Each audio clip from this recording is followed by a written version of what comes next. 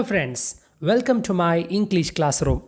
In this class, we are going to discuss about the poem A Vision written by Simon Armitage.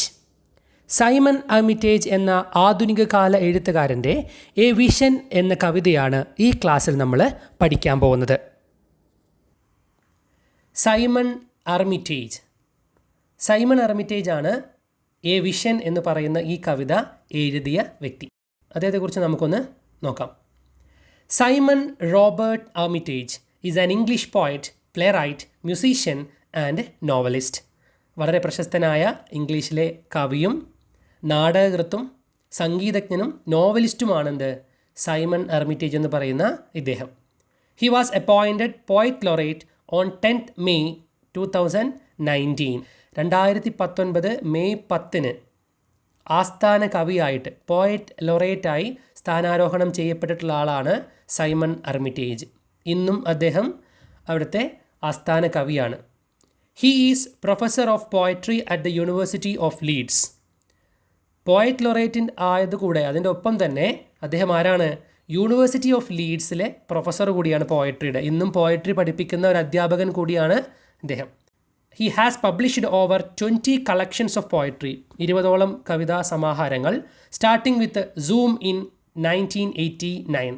അദ്ദേഹത്തിൻ്റെ ആദ്യത്തെ പ്രസിദ്ധീകരണമാണ് 1989 ഇറങ്ങിയ zoom എന്ന് പറയുന്ന കവിതാ സമാഹാരം. അങ്ങനെ അന്ന് തുടങ്ങി 20ഓളം കവിതാ സമാഹാരങ്ങൾ അദ്ദേഹത്തിൻ്റെതായിട്ട് ഇറങ്ങിയിട്ടുണ്ട് എന്ന് മനസ്സിലാക്കുക. സോ ഇതാണ് സൈമൺ ആർമിറ്റേജ് എന്ന് പറയുന്ന നമ്മുടെ കവി. ഇനി നമുക്ക് നമ്മുടെ കവിതയിലേക്ക് വളരെ ഡീറ്റെയിൽ ആയിട്ട് തന്നെ പോവാം. എ വിഷൻ എന്ന് പറഞ്ഞാൽ നമുക്കറിയാം ഒരു കാഴ്ച, അല്ലെ? എന്തോ ഒരു കാഴ്ചയാണ്. എന്താണ് കൃത്യമായി കാണുന്നത് എന്നുള്ളത് ടൈറ്റിൽ നിന്ന് വ്യക്തമല്ല. ഒരു കാഴ്ച എന്ന് മാത്രമേ പറഞ്ഞുള്ളൂ.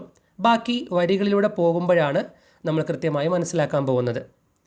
എ വിഷൻ, ഒരു കാഴ്ച എന്താണെന്ന് നമുക്ക് ഓരോ സ്റ്റാൻസ വൈസ് പോയി കൃത്യമായി മനസ്സിലാക്കാം എന്താണ് അദ്ദേഹത്തിൻ്റെ സൈമൺ ആർമിറ്റേജിൻ്റെ കാഴ്ച എന്നുള്ളത്. The future was a beautiful place once.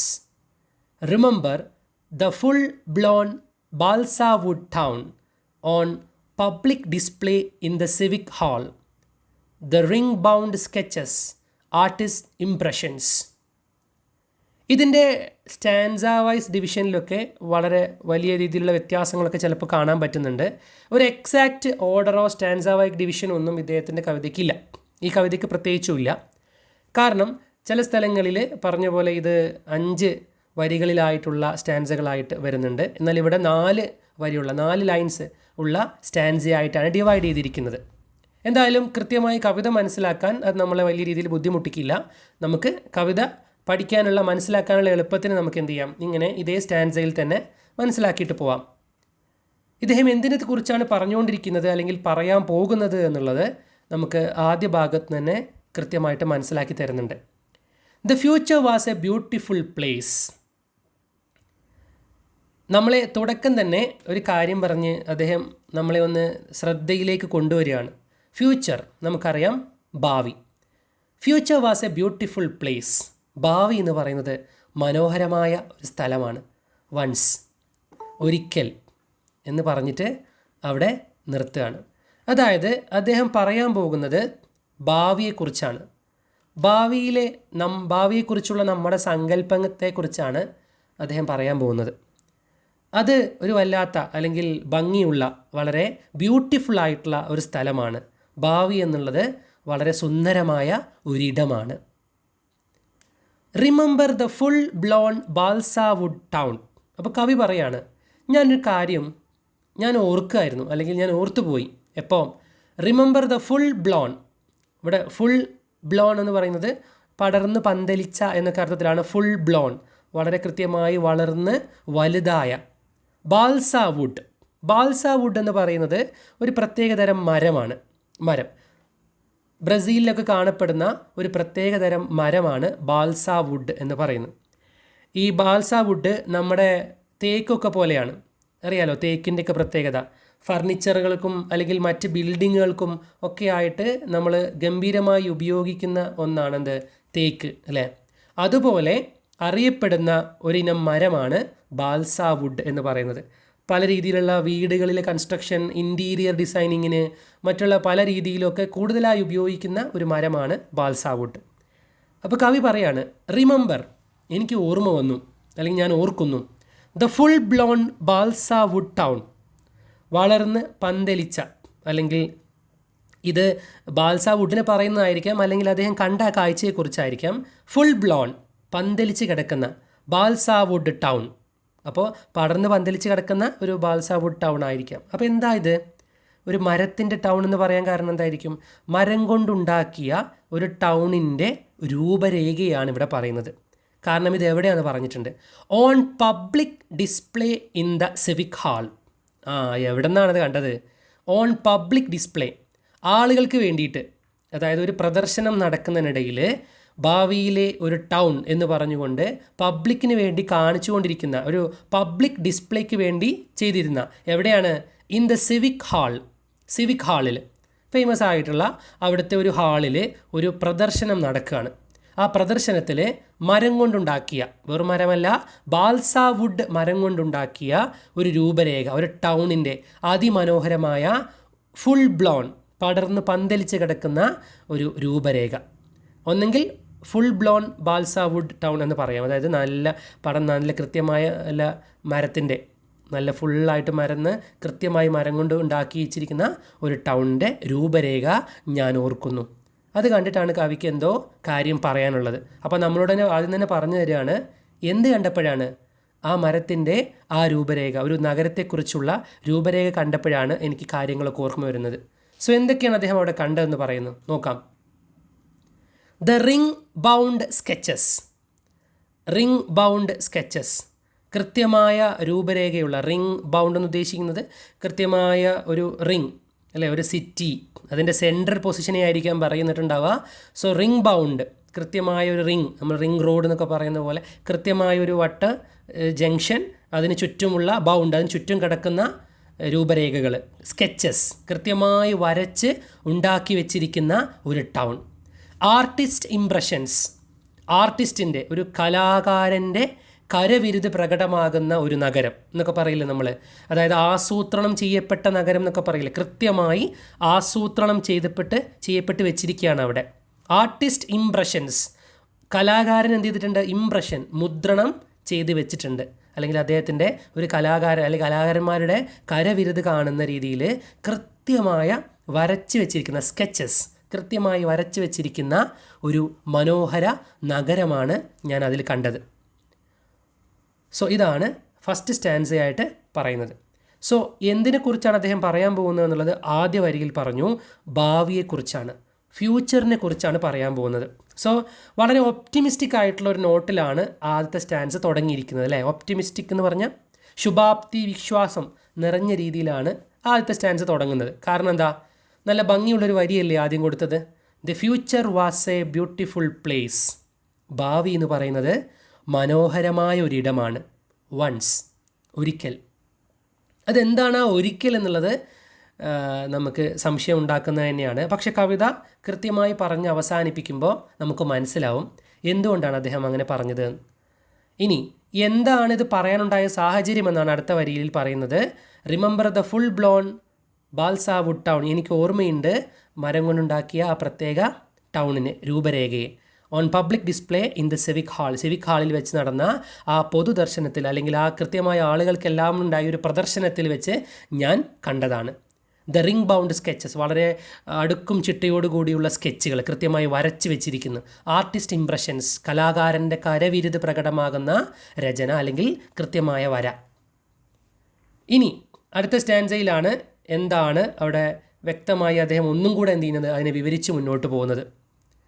Blue prints of smoked glass and tubular steel, board game suburbs, modes of transportation like fairground rides or executive toys, cities like dreams cantilevered by light. So ഇനി എങ്ങനെയാണ് നഗരം കാണുന്നത്, ഭാവിയുടെ നഗരം, ഭാവിയിൽ എങ്ങനെയായിരിക്കും ലോകം എന്നുള്ളതിൻ്റെ ഒരു പ്രദർശനമാണ് അവിടെ നടന്നത്. അപ്പോൾ ഭാവിയിലെ ലോകം എങ്ങനെയായിരിക്കുമെന്ന് കവി എന്ത് ചെയ്യാണ്, സങ്കല്പിച്ച് പറയാണ്. നാളെയുടെ ടൗൺ, ഒരു മനോഹരമായ നഗരം. സോ ഇതൊരു 21st സെഞ്ച്വറി കവിതയായി കൃത്യമായി വളരുകയാണ് അല്ലേ. ഭാവിയിൽ പറയുമ്പോൾ ഇന്നിൽ നിന്നുകൊണ്ട് ഇനിയും ഭാവിയിലേക്ക് സഞ്ചരിക്കുകയാണ്. ബ്ലൂ പ്രിൻറ്റ്സ്, ഇനി ബ്ലൂ പ്രിൻറ്റുകൾ, രൂപരേഖകൾ നമുക്ക് വീണ്ടും കാണാം. സോ അവിടെയുള്ള ബിൽഡിങ്ങുകളൊക്കെ എങ്ങനെയായിരിക്കുമെന്നാണ് ഈ രണ്ടാമത്തെ സ്റ്റാൻസയിൽ പറയാൻ പോകുന്നത്. Blueprints of smoked glass, കൃത്യമായ ബിൽഡിങ്ങും കാര്യങ്ങളൊക്കെ പറഞ്ഞില്ലേ നമ്മൾ, കൃത്യമായി വരച്ചു വെച്ചിരിക്കുന്ന ബിൽഡിങ്ങുകളുണ്ട്.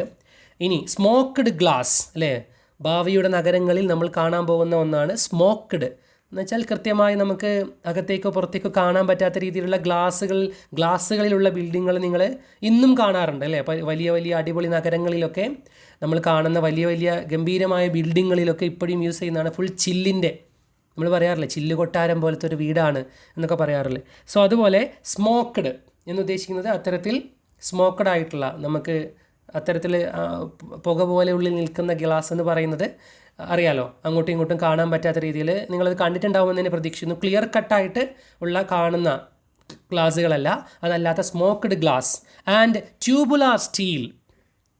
മാത്രമല്ല ബിൽഡിങ്ങുകളും അല്ലെങ്കിൽ അതിൻ്റെ തൂണുകളും ഒക്കെ എങ്ങനെയാണ്, ട്യൂബുലാർ സ്റ്റീൽ ആണ്.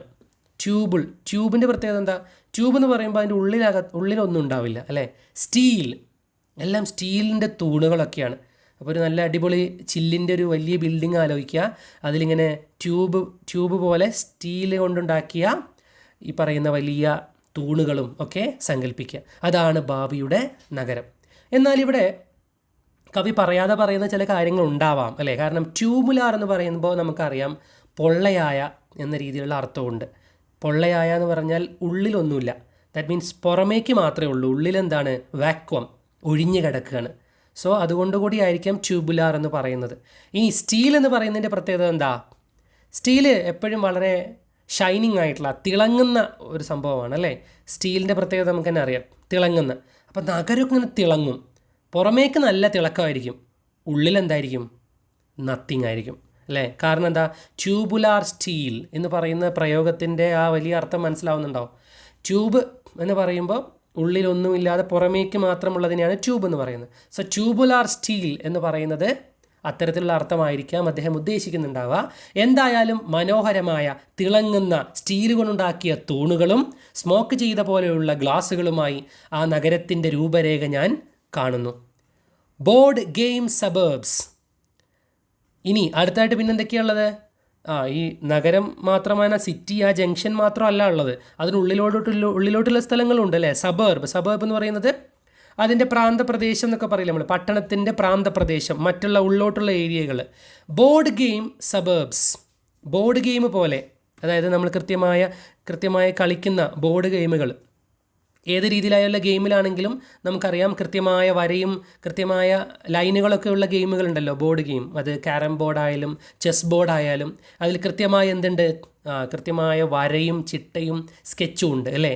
അതുപോലെ ബോർഡ് ഗെയിം സബേർബ്സ്, അതായത് കൃത്യമായി അളന്ന് വെച്ച് വരച്ചിരിക്കുന്ന ആ ടൗൺ മാത്രമല്ല സബേർബ്സ്, പട്ടണപ്രദേശങ്ങൾ അല്ലെങ്കിൽ അതിൻ്റെ പ്രാന്തപ്രദേശങ്ങൾ, അങ്ങാടിയും അതിന് ചുറ്റുമുള്ള സ്ഥലങ്ങളൊക്കെ മനോഹരമായി വരച്ച് കൃത്യമായി വെച്ചിട്ടുണ്ട്. ഒരു ബോർഡ് ഗെയിമിൽ എന്ന പോലെ അതിർത്തിയുമൊക്കെ കൃത്യമായി വരച്ച് വെച്ചിട്ടുണ്ട്.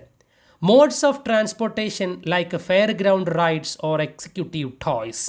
ഇനി അടുത്ത് പറയാനുള്ള എന്തിനെക്കുറിച്ചാണ്, മോഡ്സ് ഓഫ് ട്രാൻസ്പോർട്ടേഷൻ, അവിടുത്തെ യാത്രാ രീതികൾ, വാഹനങ്ങൾ, ട്രാൻസ്പോർട്ടേഷൻ, ഗതാഗത മാർഗ്ഗങ്ങൾ എങ്ങനെയായിരിക്കും എന്നറിയോ, ലൈക്ക് ഫെയർ ഗ്രൗണ്ട് റൈഡ്സ്.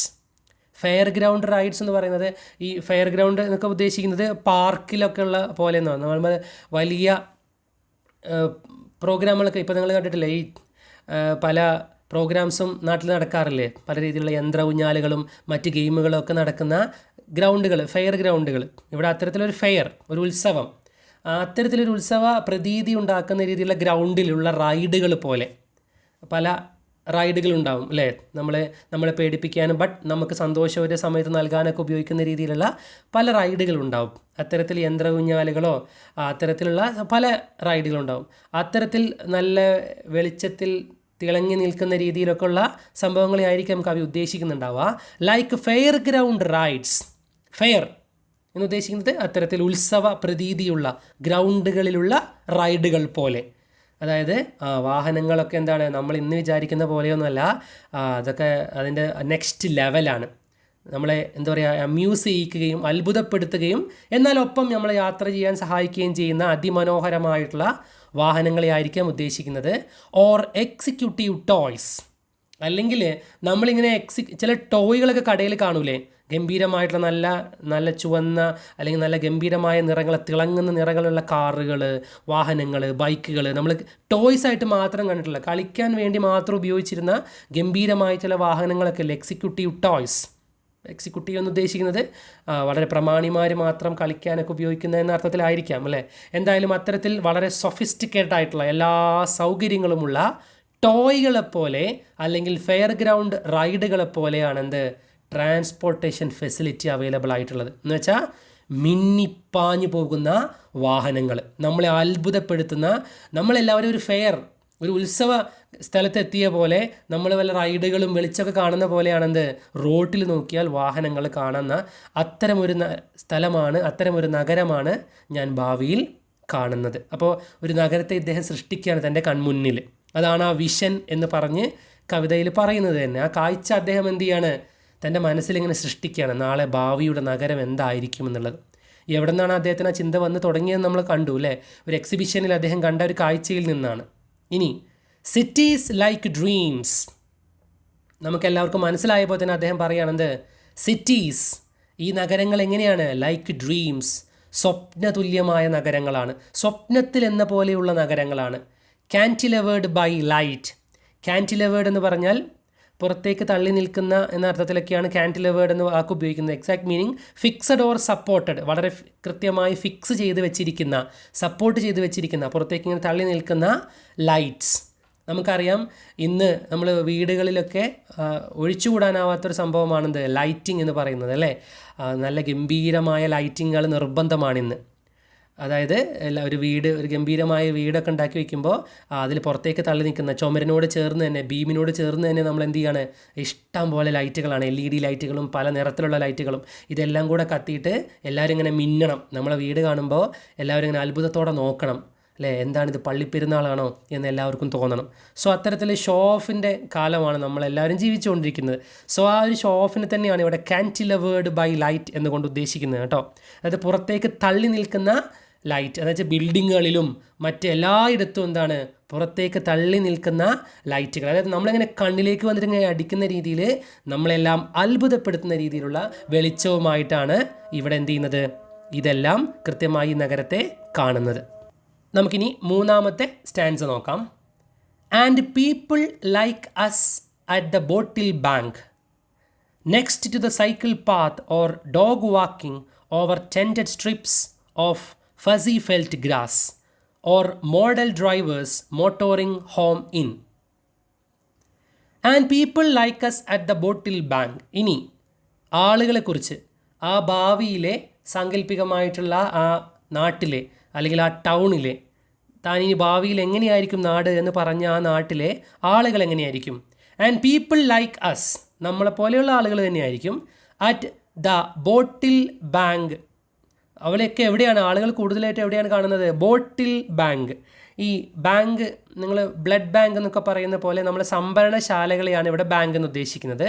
ബോട്ടിൽ ബാങ്ക് എന്ന് പറഞ്ഞാൽ ബോട്ടിലുകൾ സംഭരിക്കുന്ന, ബോട്ടിലുകൾ എന്ന് പറഞ്ഞാൽ നമ്മൾ കുടിക്കുന്ന പ്ലാസ്റ്റിക് മറ്റ് ബോട്ടിലുകളെ ആയിരിക്കാം ഉദ്ദേശിക്കുന്നത്.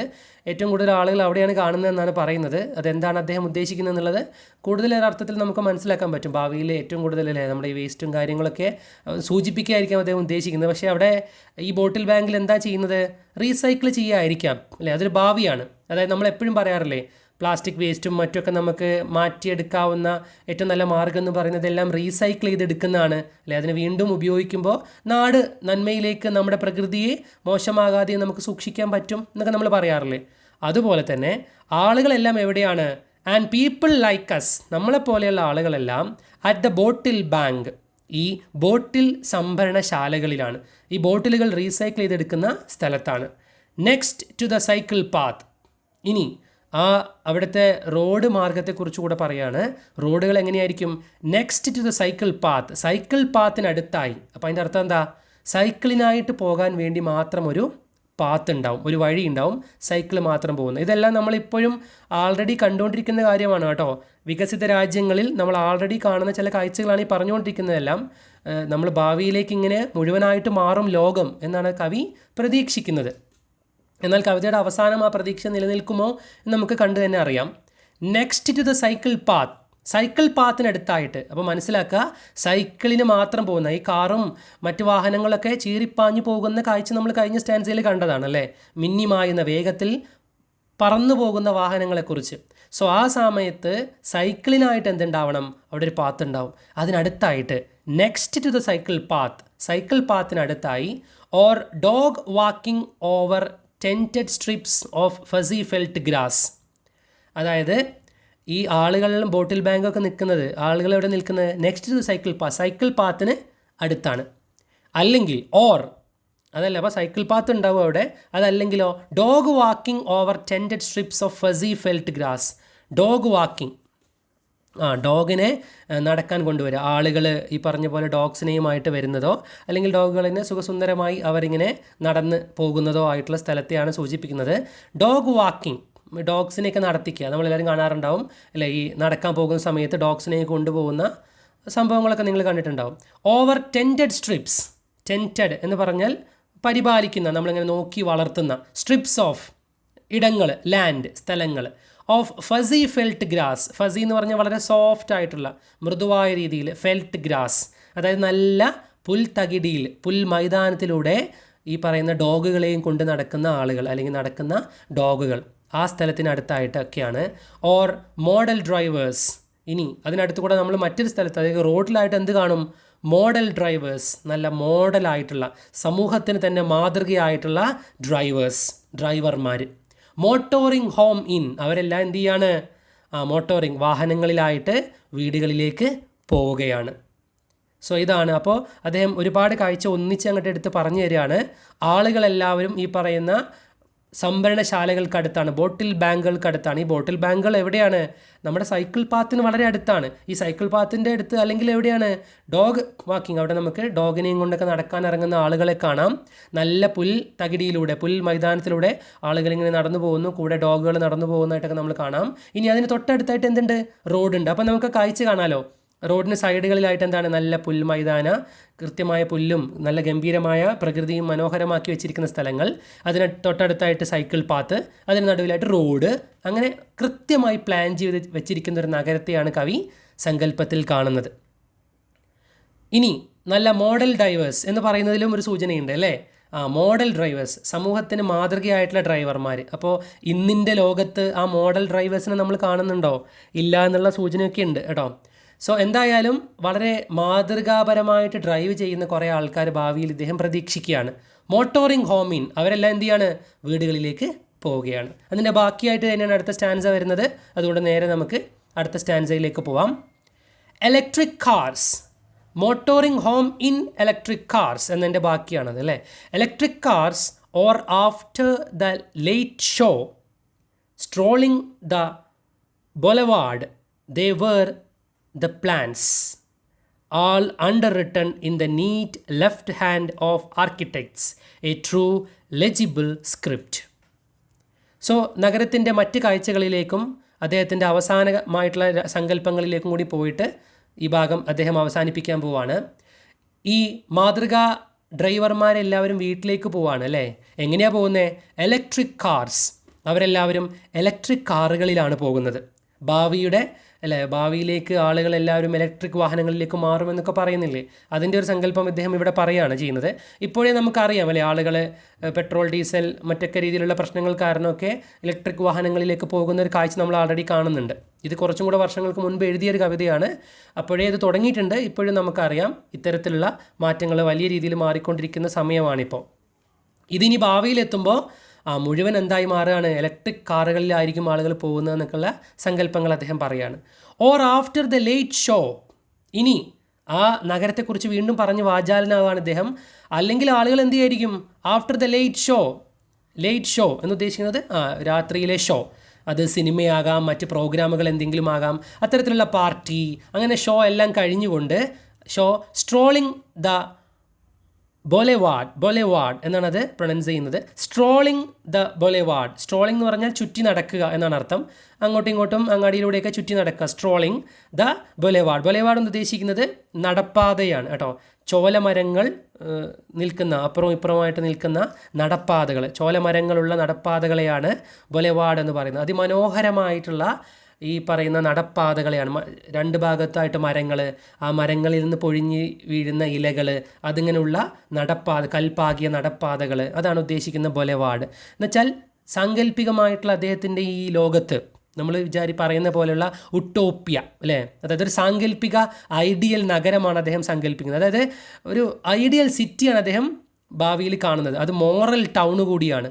മോറൽ എന്ന് പറഞ്ഞാൽ എല്ലാവിധ ധാർമ്മികതകളും അല്ലെങ്കിൽ ആ ധാർമ്മികതകളിലെല്ലാം ജീവിക്കുന്ന ഒരു നഗരമാണ് അല്ലേ. അതുകൊണ്ടാണ് മോഡൽ ഡ്രൈവേഴ്സ് എന്നൊക്കെ പറഞ്ഞത് അല്ലേ. ആളുകളെല്ലാം ബോട്ടിൽ ബാങ്കിലാണ്, അത് കൃത്യമായി സംഭരണശാലകളിലാണ്. കാരണം അത് റീസൈക്കിൾ ചെയ്തെടുത്ത്, ബോട്ടിലുകളൊക്കെ റീസൈക്കിൾ ചെയ്തെടുക്കുന്ന നല്ല ഒരു നാടിനെയാണ് ഇദ്ദേഹം എന്ത് ചെയ്യുന്നത്, സങ്കല്പിക്കുന്നത്. നമ്മുടെ എല്ലാവരുടെ കാഴ്ചപ്പാടിൽ നമ്മളത് കേട്ടിട്ടുണ്ട്. ഉട്ടോപ്യ എന്നൊക്കെ പറയുന്ന ചിന്താഗതിയാണ്. ഒരിക്കലും അങ്ങനെയില്ല. എല്ലാവരും നല്ലവരായിട്ടുള്ള നാടിനെയാണ് നമ്മൾ ഉട്ടോപ്യൻ സങ്കല്പം എന്നൊക്കെ പറയുന്നത് അല്ലേ. നമ്മുടെ മാവേലി നാട് പോലെയാണ്. സോ മാവേലി നാട്ടിൽ എന്താണ്, കള്ളവുമില്ല ചതിയുമില്ല. സോ അത്തരത്തിൽ ഒന്നുമില്ലാത്ത അല്ലെങ്കിൽ യാതൊരുവിധ നെഗറ്റീവ്സ്, തെറ്റുകളും ഒരു പ്രശ്നങ്ങളും ഇല്ലാത്ത ഒരു സാങ്കല്പിക നഗരത്തെയാണ് അദ്ദേഹം ഭാവിയിൽ സ്വപ്നം കാണുന്നത്. അങ്ങനെയാണ് എല്ലാവരുടെയും പ്രതീക്ഷ അല്ലേ. നാളെ എല്ലാം ശരിയാകും, എല്ലാം നന്നാവും, എല്ലാം മനോഹരമാകുമെന്ന പ്രതീക്ഷയിലാണ് നമ്മളെല്ലാവരും മുന്നോട്ട് പോകുന്നത്. സോ ഇവിടെ അദ്ദേഹം പറഞ്ഞ് അവസാനിപ്പിക്കുന്നത് അത് തന്നെയാണ്. Or after the late show, രാത്രിയിലെ ഷോ കഴിഞ്ഞ്, അതായത് ഭാവിയിൽ വളരെ ഗംഭീരമായി പോകാൻ പോകുന്ന ഒന്നായിരിക്കും നൈറ്റ് ലൈഫ് എന്നാണ് അദ്ദേഹം ഉദ്ദേശിക്കുന്നത്. അതാണ് ലേറ്റ് ഷോ എന്ന് പറയുന്നത്. നൈറ്റ് ലൈഫ് നമുക്കറിയാം. നൈറ്റ് ലൈഫ് നമ്മളെ പല യൂറോപ്യൻ രാജ്യങ്ങളിലും മറ്റ് രാജ്യങ്ങളിലൊക്കെ വളരെ ഗംഭീരമായി മുന്നോട്ട് പോകുന്ന ഒരു സംഭവമാണ് നൈറ്റ് ലൈഫ് അല്ലേ. അത്തരത്തിൽ രാത്രിയിലും മറ്റുള്ള പ്രോഗ്രാമും കാര്യങ്ങളും ഒക്കെ ആയിട്ട് ഗംഭീരമായ തിരക്കുകളിൽ ആളുകൾ ഇടപഴകുന്നു. ലേറ്റ് ഷോ കഴിഞ്ഞ ആളുകൾ എന്ത് ചെയ്യുന്നു, സ്ട്രോളിംഗ്, ചുറ്റി നടക്കുന്നു. ദ ബൊലെവാർഡ്, എവിടെ, ചോലമരങ്ങൾ, നല്ല ഗംഭീരമായ മരങ്ങൾ പൂത്തുലഞ്ഞു നിൽക്കുന്ന മരങ്ങൾക്കിടയിലൂടെ, നടപ്പാതയിലൂടെ രാത്രിയിൽ ആളുകൾ എന്ത് ചെയ്യുന്നു, ചുറ്റി നടക്കുന്നതായിട്ട് കാണാം. They were the plans. ഇതെല്ലാമാണ് പ്ലാൻ. അതായത് അദ്ദേഹത്തിൻ്റെ സാങ്കല്പിക നഗരത്തിൽ ഇതെല്ലാമാണ് പ്ലാൻ. ഇങ്ങനെയൊക്കെയാണ് വരച്ച് വെച്ചിരിക്കുന്നത്, ഇങ്ങനെയൊക്കെയാണ് കൃത്യമായി പ്ലാൻ ചെയ്ത് വെച്ചിരിക്കുന്നത്. All underwritten in the neat left hand of architects. ഇതെല്ലാം എന്ത് ചെയ്തിട്ടുണ്ട്, കൃത്യമായി എഴുതപ്പെട്ടിട്ടുണ്ട്. Underwritten in the neat, കൃത്യമായി വരച്ച് എഴുതി വെച്ചിട്ടുണ്ട്. ഇൻ ദ നീറ്റ്, വളരെ നീറ്റായിട്ടുള്ള വെള്ള പേപ്പറിൽ അല്ലേ. ലെഫ്റ്റ് ഹാൻഡ് ഓഫ് ആർക്കിടെക്ട്സ്, ആർക്കിടെക്റ്റുകളുടെ ഇടത് കൈ കൊണ്ട് എന്ന് വെച്ചാൽ ഉദ്ദേശിക്കുന്ന സൊഫിസ്റ്റിക്കേഷനാണ്. അറിവിൻ്റെയും എല്ലാം സൂചിപ്പിക്കുന്ന ഏതൊരു രീതിയിലുള്ള ഒരു സൊഫിസ്റ്റിക്കേഷനാണ്. ഗംഭീരമായി എല്ലാം അടുക്കും ചിട്ടയോടുകൂടി ചെയ്തു വെച്ചിരിക്കുന്നതാണ് ഇവിടെ അങ്ങനെ ഉദ്ദേശിക്കുന്നത്.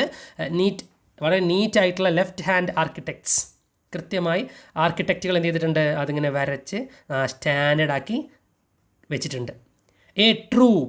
വളരെ ട്രൂ ആയിട്ടുള്ള, സത്യസന്ധമായിട്ടുള്ള, ലെജിബിൾ സ്ക്രിപ്റ്റ്, ക്ലിയർ കട്ടായിട്ടുള്ള, ലെജിബിൾ എന്ന് പറഞ്ഞാൽ സ്പഷ്ടമായ, തെളിഞ്ഞ, വളരെ വ്യക്തമായി ആർക്കും കണ്ടാൽ മനസ്സിലാകുന്ന രീതിയിലുള്ള ഒരു വരയാണ്, ഒരു നഗരത്തെക്കുറിച്ചുള്ള വരയാണ് ഞാനിപ്പോൾ കാണുന്നത്, മനസ്സിലാക്കുന്നത്.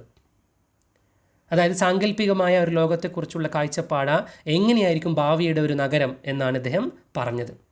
എന്നാൽ അദ്ദേഹത്തിൻ്റെ പെസിമിസം അദ്ദേഹം ഇനി ഇങ്ങനെ കയറി വരികയാണ്. അതായത് വളരെ ഒപ്റ്റിമിസ്റ്റിക് ആയിട്ടാണ് കവിത തുടങ്ങിയത് അല്ലേ, വളരെ പ്രതീക്ഷാ നിർഭരമായിട്ടാണ് തുടങ്ങിയത്. എന്നാൽ അദ്ദേഹത്തിൻ്റെ നിരാശ പറഞ്ഞുകൊണ്ടാണ് കവിത അവസാനിപ്പിക്കുന്നത്. എങ്ങനെയാണ് കവിത അവസാനിപ്പിക്കുന്നത് എന്നുള്ളത് നമുക്ക് ഈ അവസാനത്തെ സ്റ്റാൻസയിലൂടെ നോക്കാം. I pulled that future out of the north wind at the landfill site, stamped with today's date, riding the air with other such futures, all unlived in and now fully extinct. I pulled that future. അപ്പോൾ ഞാൻ ഇത്ര നേരം കണ്ടത് എന്താ, ഭാവിയെക്കുറിച്ചാണല്ലേ. I pulled that future. ഞാൻ ആ ഭാവിയെക്കുറിച്ചുള്ള ചിന്തകളെ അങ്ങോട്ട് വലിച്ചിട്ടു. Out of the north wind, എങ്ങോട്ടാണ് ഇട്ടത്, out of the north wind, ആ കാറ്റിൽ പറത്തി വിടുക എന്നൊക്കെ പറയില്ലേ. സോ അതാണ് out of the north wind, ആ നോർത്തേൺ വിൻഡ്, അതിലൂടെ ഞാൻ അങ്ങോട്ട് വലിച്ചിട്ടു, അതിനങ്ങോട്ട് പറത്തി വിട്ടു. അതായത് എൻ്റെ ഈ ചിന്തകളെ, ഭാവിയിൽ ഇങ്ങനെയായിരിക്കും ഒരു നഗരം എന്നുള്ള ആ ചിന്തയെ ഞാൻ അങ്ങോട്ട് പറത്തി വിട്ടു. അതെന്താ, at the landfill site. At the landfill site. ഈ ലാൻഡ് ഫിൽ എന്ന് പറഞ്ഞാൽ ചപ്പ് ചവറുകൾ മൂടുന്ന, അതായത് കുഴി കുത്തി അതിനകത്ത് ചപ്പ് ചവറിട്ട് മൂടുന്ന സ്ഥലങ്ങളെയാണ് ലാൻഡ് ഫിൽ എന്ന് പറയുന്നത്. So at the landfill site, ഞാൻ നിൽക്കുന്നത് എവിടെയാണ്? ഈ ചപ്പ് ചവറുകളൊക്കെ കുഴിച്ചിടുന്ന സ്ഥലത്താണ്. അവിടെ നിന്നുകൊണ്ട് at the landfill site stamped with today's date, അതായത് ഞാൻ ആ ഭാവിയെക്കുറിച്ചുള്ള ചിന്തകളെ സ്റ്റാമ്പ് ചെയ്ത് വിട്ടു. സ്റ്റാമ്പ് ചെയ്ത് പറഞ്ഞാൽ അല്ല, ഇന്നത്തെ ഡേറ്റ് എന്താ? ആ കവിത എഴുതുന്ന ആ ഡേറ്റ്, അതായത് ഭാവി എന്തും ആയിക്കോട്ടെ, ഇന്ന് ഇതാണ് അവസ്ഥ എന്ന് പറഞ്ഞുകൊണ്ട് അദ്ദേഹം ഇന്നിൻ്റെ ഒരു ഡേറ്റ് അടിച്ച് വിട്ടു. എവിടെ നിന്ന്? ഈ ചപ്പ് ചവറുകൾ കൂട്ടിയിടുന്ന അല്ലെങ്കിൽ മൂടുന്ന ഈ ഇടത്ത് നിന്ന് ഞാനൊരു സ്റ്റാമ്പ് അടിച്ചിട്ട് ഭാവിയെക്കുറിച്ചുള്ള ആ സങ്കല്പത്തെ അങ്ങോട്ട് പറത്തി വിട്ടു. എന്താ പറയുന്നതെന്ന് മനസ്സിലാവുന്നുണ്ടാവും. അതായത് ഭാവിയെക്കുറിച്ചുള്ള വലിയ വലിയ സങ്കല്പങ്ങളിലൊന്നും കാര്യമില്ലെന്ന് അദ്ദേഹം പറയുകയാണ്. ഇന്നിൻ്റെ ലോകം ഇങ്ങനെയാണ് മുന്നോട്ട് പോകുന്നത്. ഇങ്ങനെയാണ് മുന്നോട്ട് പോകുന്നതെങ്കിൽ വളരെ ശോഭനമായ ഒരു ഭാവി നമുക്ക് ഉണ്ടാവുമെന്ന പ്രതീക്ഷ വേണ്ട. സോ അതുകൊണ്ട് ഇന്ന് എന്താണ് അവസ്ഥ എന്ന് ഞാനൊന്ന് മനസ്സിലാക്കി. അതുകൊണ്ട് ഞാൻ ഭാവിയെക്കുറിച്ചുള്ള ആ വലിയ സങ്കല്പം കണ്ടപ്പോൾ തന്നെ എനിക്ക് ഒരു കാര്യം അതിന് പ്രതീക്ഷയും തോന്നിയില്ല. ഞാൻ അതിനെ കാറ്റിൽ പറത്തി വിട്ടു എന്നാണ് പറയുന്നത്. Riding the air with other such futures. അപ്പം ഞാൻ എയറിൽ പറത്തി വിട്ടില്ലേ, എൻ്റെ ഇത്രയും നേരത്തെ ഭാവിയുടെ നഗരത്തെക്കുറിച്ചുള്ള സങ്കല്പത്തെ ഞാൻ കാറ്റ് പറത്തി വിട്ടില്ലേ. കാറ്റ് പറത്തിയപ്പോഴാണ് ഒരു കാഴ്ച കണ്ടത്. അത് പറന്നിങ്ങനെ പോവാണ്, റൈഡ് ചെയ്ത് പോവാണ് എൻ്റെ പ്രതീക്ഷകൾ, എൻ്റെ future. Riding the air with other such futures. എന്നാൽ ഒറ്റയ്ക്കല്ല എൻ്റെ നാടിനെ, എൻ്റെ ഭാവിയുടെ നഗരത്തെക്കുറിച്ചുള്ള സങ്കല്പം ഒറ്റയ്ക്കല്ല പറന്നു പോകുന്നത്. Riding with other such futures, വേറെയും ഒരുപാട് ഭാവികൾ ഇങ്ങനെ പറന്നു പോകുന്നുണ്ട്. അതായത് ആ ഭാവിയുടെ പ്രതീക്ഷകൾ, ഇതൊരു നഗരത്തെക്കുറിച്ചുള്ള മാത്രം ഭാവിയാണ്. ഇതല്ലാതെ വേറെയും എന്തുണ്ടായിരുന്നു? കുറേ സങ്കല്പങ്ങൾ കുറേ ആളുകൾക്ക് ഉണ്ടാവും.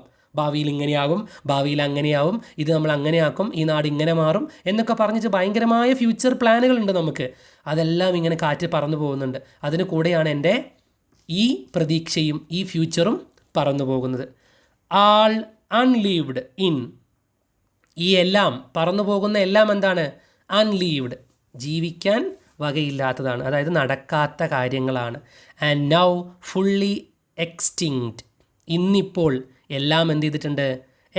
എക്സ്റ്റിങ്ക്റ്റ് എന്ന് പറഞ്ഞാൽ നശിച്ചു പോവുക, ഇല്ലാണ്ടാവുക. അതായത് ആ ഭാവിയെക്കുറിച്ചുള്ള വലിയ ശോഭനമായ പ്രതീക്ഷകളൊക്കെ ഇന്നില്ലാണ്ടായിട്ടുണ്ട്. അതായത് ഇതൊന്നും നടക്കാത്ത കാര്യങ്ങളാണ് എന്നുള്ള കാര്യം മനസ്സിലായിട്ടുണ്ട്. അതായത് വളരെ മനോഹരമായ നഗരങ്ങളൊക്കെ നമുക്ക് ഡെവലപ്പ് ചെയ്തെടുക്കാൻ പറ്റിയേക്കാം. പക്ഷേ അതിൻ്റെ കൂടെ എന്താവില്ല, എല്ലാം വളരെ വളരെ മനോഹരമായി ആയിക്കൊള്ളുന്നില്ല എല്ലാം, അല്ലേ? ഇനി ഒരേ കാര്യം തന്നെ അദ്ദേഹം എന്നോട് ഉള്ളിലൂടെ പറയുന്നുണ്ട്. എന്ത്? പ്രകൃതിയെക്കുറിച്ചുള്ള പല കാര്യങ്ങളും ഇന്ന് മനുഷ്യൻ ചെയ്യുന്നതും.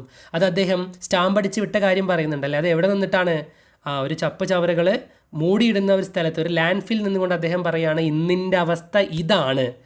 ഈ അവസ്ഥയിൽ നിന്നുകൊണ്ട് ഭാവിയെ ശോഭനമാക്കാൻ, വളരെ ഗംഭീരമായൊരു നഗരത്തെ പ്ലാൻ ചെയ്യാൻ നമുക്ക് കഴിയില്ല എന്ന് അദ്ദേഹം എന്ത് ചെയ്യാണ്? നമ്മളോട് ഓരോരുത്തരോടായിട്ട് പറയാണ്. അതുകൊണ്ട് ഭാവിയെക്കുറിച്ചുള്ള വലിയ സങ്കല്പങ്ങൾ ഇങ്ങനെ കണ്ട് വെള്ളമിറക്കി ഭാവിയിൽ അതാവും, ഭാവിയിൽ ഇതാവും എന്ന് പറഞ്ഞിരിക്കാതെ ഇന്നത്തെ കാര്യങ്ങളിൽ ശ്രദ്ധ കേന്ദ്രീകരിച്ച് അതിനെ മനോഹരമാക്കി അത് ഭാവിയെ മനോഹരമാക്കുക എന്നുള്ളതേ ഉള്ളൂ. അല്ലാതെ ഇന്നെങ്ങനെയും ആവട്ടെ ഭാവി അങ്ങനെയായിരിക്കും എന്ന് പറഞ്ഞുകൊണ്ടുള്ള ചിന്തയിൽ യാതൊരു കഴമ്പുമില്ല എന്നാണ് അദ്ദേഹം ഉദ്ദേശിക്കുന്നത്. അതായത് ആദ്യ വരി നിങ്ങൾക്ക് ഓർമ്മയുണ്ടാവും, the future was a beautiful place once. ഭാവി എന്ന് പറയുന്നത് വളരെ മനോഹരമായിട്ടുള്ള ഒരു ചിന്തയാണ് ഒരിക്കൽ, നമ്മുടെ തോന്നലുകളിൽ മാത്രം. പക്ഷേ യഥാർത്ഥത്തിൽ അങ്ങനെയല്ല.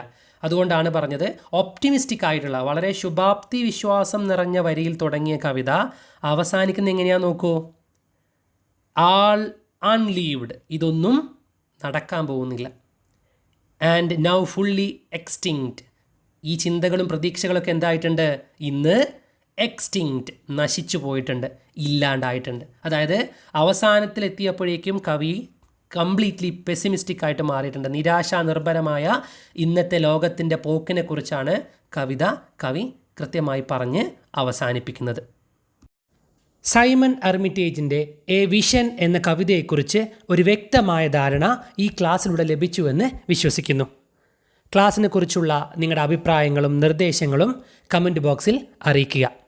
ക്ലാസ് ഇഷ്ടപ്പെട്ടാൽ നിങ്ങളുടെ സുഹൃത്തുക്കൾക്ക് കൂടി ഷെയർ ചെയ്ത് കൊടുക്കുക. അടുത്ത ക്ലാസ്സിൽ വീണ്ടും കാണാം. അതുവരേക്കും ബൈ.